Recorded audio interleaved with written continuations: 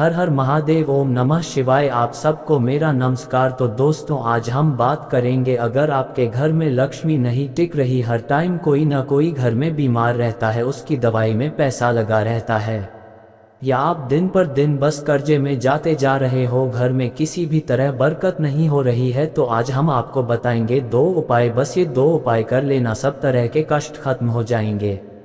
तो चलिए दोस्तों, बात करते हैं अपने पहले उपाय के बारे में, पर उससे पहले कमेंट में जय श्री राम जरूर लिख देना दोस्तों। तो उपाय है कि आपको 1 कटोरा दूध लेना। ये बात ध्यान रखना कि दूध सिर्फ गाय का, अगर आप भैंस का या मार्केट का दूध लेते हैं तो ये उपाय बिल्कुल काम नहीं करेंगे।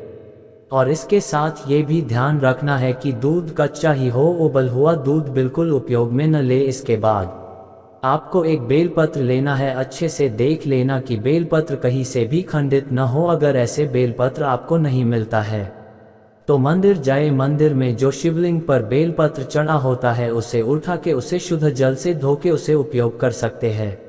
बस ये ध्यान में रहे कि बेलपत्र खंडित न हो। उसके बाद आपको पीतल का 1 लोटा लेना है, उसमें साफ शुद्ध जल ले लेना है। एक बात और ध्यान में रखना, कभी भी तांबे का लोटा नहीं लेना है। पीतल का लोटा नहीं है तो स्टील का ले सकते हैं। तो दोस्तों, इसके आगे जो हम बता रहे हो उसको ध्यान से और अच्छे से सुनना। आपको शिव जी के मंदिर जाना है, वहाँ शिवलिंग पर आपको कुछ नहीं चढ़ाना है, अभी हम बताएंगे, उसको ध्यान से सुनना।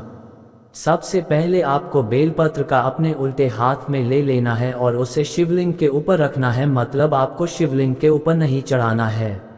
आपको बेलपत्र को शिवलिंग के थोड़े से ऊपर उल्टे हाथ से पकड़े रखना है और सीधे हाथ से दूध को शिवलिंग पर चढ़ाना है। ध्यान रखें, जो बेलपत्र हमने ऊपर पकड़ा है उसके ऊपर से हमें दूध को चढ़ाना है, ताकि जो दूध हम चढ़ा रहे हैं शिवलिंग पर वो बेलपत्र को स्पर्श यानी उसके छूते हुए शिवलिंग पर चढ़े।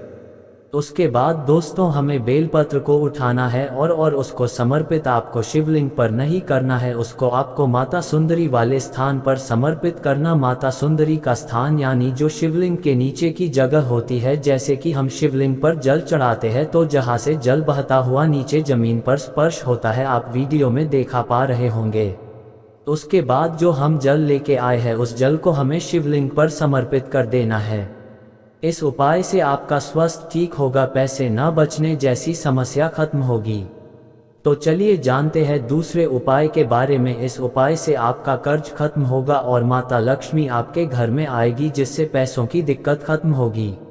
दूसरे उपाय में आपको आधा कटोरी चावल लेना है। उस चावल को थोड़ी देर पानी में भिगा लेना।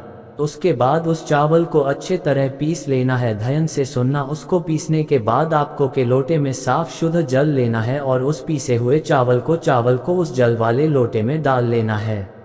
उसके बाद आपको एक सामग्री और लेना है, वो है चुटकी भर हल्दी। आपको चुटकी भर हल्दी लेना है और उसी लोटे में डाल लेना है जिसमें आपने जल और चावल रखा है। उसके बाद आपको बरगद के पेड़ के पास जाना है। याद रहे, ये उपाय हम सुबह या शाम के समय की कर सकते हैं। तो आपको बरगद के पेड़ की जड़ में ये मिश्र जो हमने लोटे में रखा है उसको समर्पित करना है बरगद की जड़ में। इससे आपकी कर्ज से जुड़ी समस्या दूर होगी और पैसे घर में रुकेंगे, क्योंकि बरगद के पेड़ की जड़ में माता लक्ष्मी का वास होता है। और एक बार और ध्यान रखना, आप लोग सोच रहे होंगे कि ये उपाय कितने दिन करें। ये उपाय आपको 3 सोमवार करना है लगातार, और जब आप आखिरी सोमवार को ऐसा करोगे तो आपको बरगद की एक जड़ को अपने घर ले आना है। अब आप उसे चाहे लाल कपड़े में लपेट के घर में रख दो या अपने पर्स में रखो। इससे माँ लक्ष्मी आपसे प्रसन्न होगी और आपके घर में आएगी और इससे आपके कर्ज जैसी समस्या खत्म होगी।